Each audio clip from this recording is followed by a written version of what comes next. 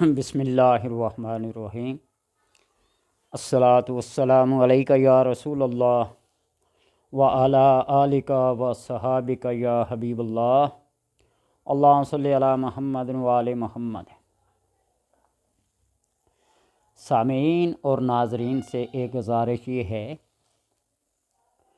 میری یہ ویڈیو دیکھنے والے، میں ان سے یہ دستبستہ گزارش کرتا ہوں کہ اگر کال کرنے کے بعد، کمنٹس کرنے کے بعد، میسج کرنے کے بعد یہ میرے الفاظ ان کی سماعتوں سے ٹکرائیں تو اگر طبیعت نازک بے گراں گزرتا ہو تو معذرت چاہوں گا، اس لیے کہ میں آپ کی بہتری کے لیے، عملیات اور وظائف کو سمجھانے کے لیے جو میری سمجھ میں ہے وہ بات بتلاتا ہوں۔ اکثر لوگ یہ پوچھتے ہیں کہ فلاں کتاب سے یہ وظیفہ دیکھا ہے اور پڑھا ہے، اور یوٹیوب سے یہ وظیفہ دیکھا ہے، کیا ہے، اس کا کوئی فائدہ نہیں ہوا، یا رجعت ہو گئی ہے، یا کوئی اور مسئلہ پیش آ گیا ہے، حسن کاروبار کی بندش ہو جاتی ہے،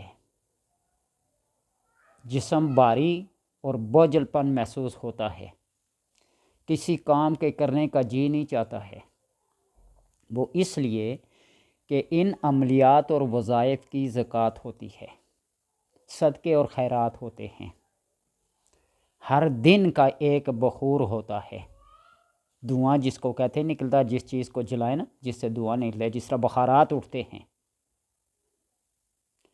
خوشبو ہوتی ہے، کوئی صدقہ اور خیرات ہوتا ہے۔ تو بندہ یہ کہے کہ نہ ہینگ لگے، نہ پھٹکڑی اور رنگ بھی چوکھا آئے، تو یہ بات نہیں ہوتی۔ وہ کسی صاحب نظر کے نظر کرنے سے یا کسی صاحب کشف کے عمل سے ہوتا ہے۔ جو بندہ وظیفہ کرنے کے لیے بیٹھتا ہے نا، تو بہت ساری احتیاط، بہت ساری پرہیز لازم ہوتی ہے۔ ایک صاحب نے یہ فون کیا ہے کہ میں نے سورہ مزمل کا وظیفہ کیا، چلا کیا، اور ایک بزرگ خواب میں آئے تو وہ کہنے لگے کہ اس کی زکوٰۃ ہوتی ہے۔ انہوں نے پھر مجھ سے رابطہ کیا، میں نے ان کو سمجھایا۔ اگر یہ میری بات وہ سن رہے ہوں تو میں معذرت چاہتا ہوں کہ آپ کے اوپر تنقید نہیں کر رہا، طنز نہیں کر رہا، بلکہ آپ کی وجہ سے، آپ کے سوال کی وجہ سے کئی اور لوگوں کا فائدہ ہو جائے گا۔ تو سورہ مزمل شریف کی جو میں نے زکوٰۃ ادا کی ہوئی ہے، یا جس طریقے سے میں نے پڑھا ہے، وہ یہ ہے کہ بدھ، جمعرات اور جمعے کے دن روزہ رکھا جاتا ہے، عشاء کے بعد وطر پڑھنے سے پہلے۔ یہ بھی بات یاد رکھنا، جو شرائط اور پابندیاں ہوتی ہیں نا، ان کو ذہن میں رکھا کریں۔ عشاء کے 4 فرض پڑھنے کے بعد، 2 سنت پڑھنے کے بعد، 2 نفل پڑھنے کے بعد جو وطر پڑھے جاتے ہیں، ان وطروں سے پہلے آپ نے سر ننگا کر کے، اوپر کوئی ٹوپی، رومال، پگڑی نہیں پہننی، کھڑے ہو کر آپ پڑھیں گے 60 بار، 60 ٹائم۔ بسم اللہ شروع میں ایک ہی بار پڑھیں گے، باقی آپ کی مرضی، ہر دفعہ پڑھیں تو آپ کی مرضی، لیکن ابتدا میں پڑھ لیں تو باقی ایسے ہی پڑھتے رہیں۔ اور بسم اللہ کے چند حروف پڑھنے سے کتنا ٹائم لگے گا۔ دوسرے دن جمعرات ہوگی، اس دن آپ نے 40 مرتبہ پڑھنی ہے، اور تیسرے دن جمعے کو 20 مرتبہ پڑھنی ہے۔ یہ آپ کی زکوٰۃ عطا ہوگی۔ اس کے لیے آپ نے طریقہ کار یہ کرنا ہے کہ اپنے پاس کوئی میٹھی چیز، برفی ہو گئی، کھیر ہو گئی، پھرنی ہو گئی، وہ پاس رکھ لیا کریں۔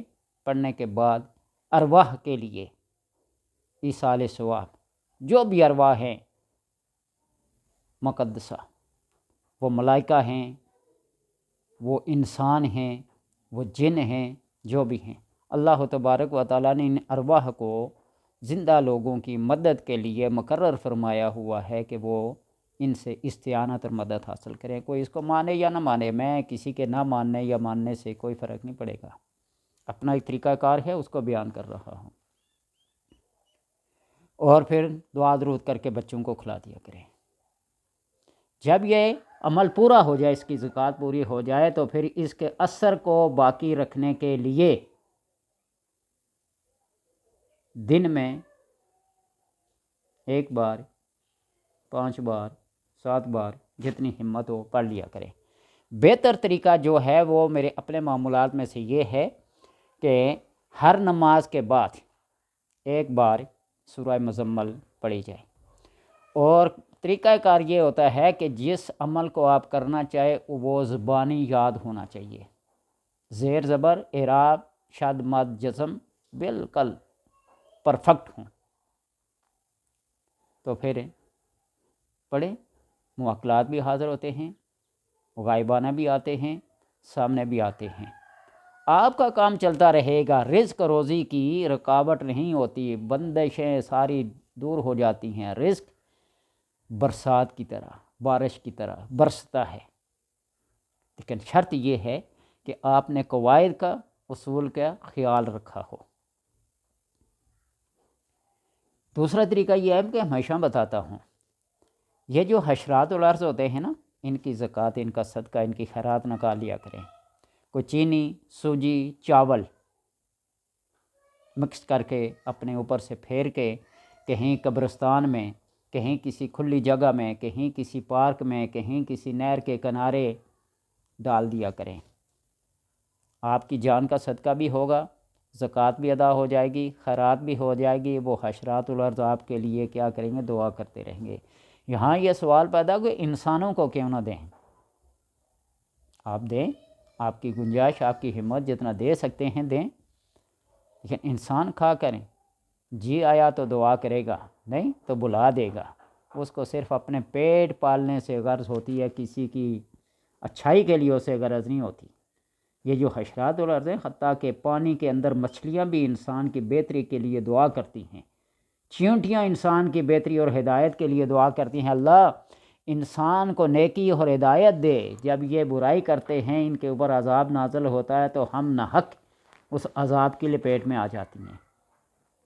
سال یہ دیکھیں کہ کسی انسان نے کسی درخت کو، گھاس کو، جنگل کو آگ لگا لی، تو اس میں کتنے حشرات الارض ہوں گے، کتنے چرند و پرند ہوں گے، کتنوں کو نقصان پہنچے گا۔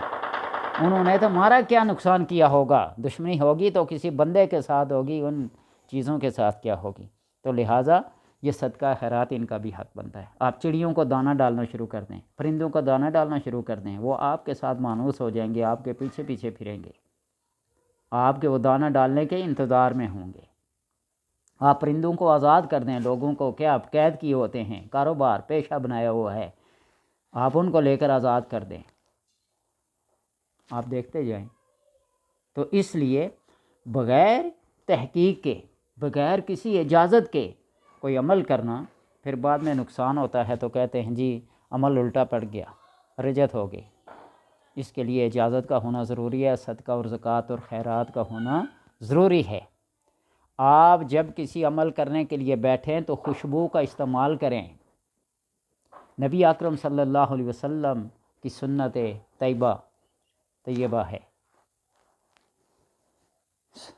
خوشبو معطر لباس ہو کر مسجد میں جائیں۔ جب کندھے سے کندھا ملا کے کھڑے ہوتے ہیں نا، تو بعض لوگ کراہت کرتے ہیں اپنے ساتھ، بوسیدہ پرانے پھٹے پسینے میں شرابور انسان کے بدن سے بدبو آ رہی ہو، اس لیے آپ صلی اللہ علیہ وسلم نے لہسن، پیاز، مولی، انڈا، مچھلی کھا کر فی الفور مسجد میں جانے سے منع فرمایا، مسجد میں نماز پڑھنے سے منع فرمایا، اس لیے کہ وہ جو تمہارے منہ سے الفاظ نکلتے ہیں اس کے ساتھ سانس بھی ہے، وہ فرشتوں کو ان کی بو ناگوار گزرتی ہے۔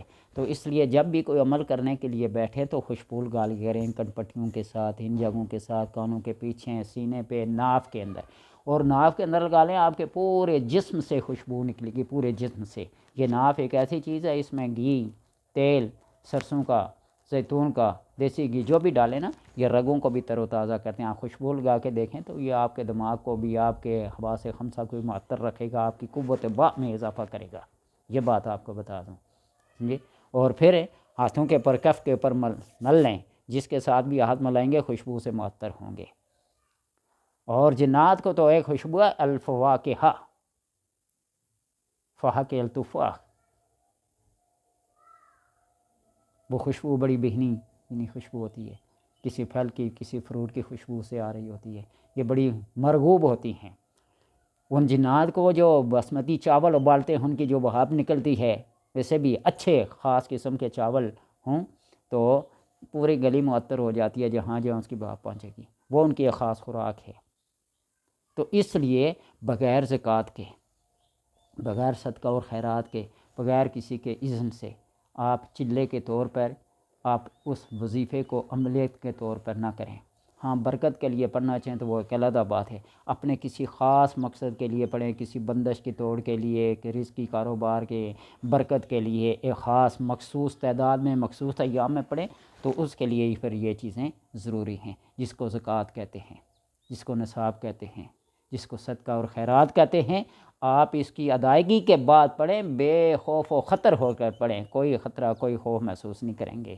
وہ اس لیے کہ وہ صدقہ اور وہ خیرات، وہ جو زکوٰۃ ہوتی ہے نا، یہ رد بلا ہوتی ہے، یہ ان بلاؤں کو ٹال دیتا ہے صدقہ اور خیرات اور زکوٰۃ۔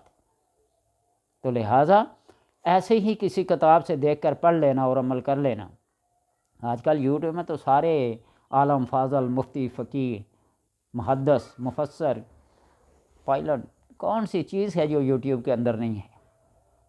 دیکھ کے پڑھنا شروع کر دیں، اپنی مرضی آپ کے تحت چلیں، نقصانات اور فائدوں کے آپ خود ذمہ دار ہوں گے۔ تو اس لیے میری گزارش ہے کہ میری ویڈیوز دیکھنے والوں سے یہ گزارش ہے کہ صدقہ اور خیرات کا اہتمام لازمی کریں۔ میں خصوصاً زور دیتا ہوں حشرات الارض پہ، پرند پہ، مچھلیوں پہ، یہ دعائیں کرتی ہیں اور دعائیں انسان کا پیچھا کرتی ہیں، اچھی ہوں یا بری ہوں، نیک دعا ہو یا بد دعا ہو، انسان کا پیچھا کرتی ہیں۔ تو اس لیے میرے معززین، ناظرین، سامعین، صدقہ، خیرات، زکوٰۃ، اجازت کو عملیات کے اندر لازم پکڑیں، اور جس جگہ بیٹھے ہوں لباس کا خیال رکھیں، پاکیزگی کا خیال رکھیں، طہارت کا خیال رکھیں، خوشبو کا خیال رکھیں، اپنے نیت کو خالص رکھیں، تو پھر آپ کے لیے فائدہ ہے۔ اللہ تبارک و تعالیٰ سے دعا ہے کہ وہ سمجھنے کی توفیق عطا فرمائے۔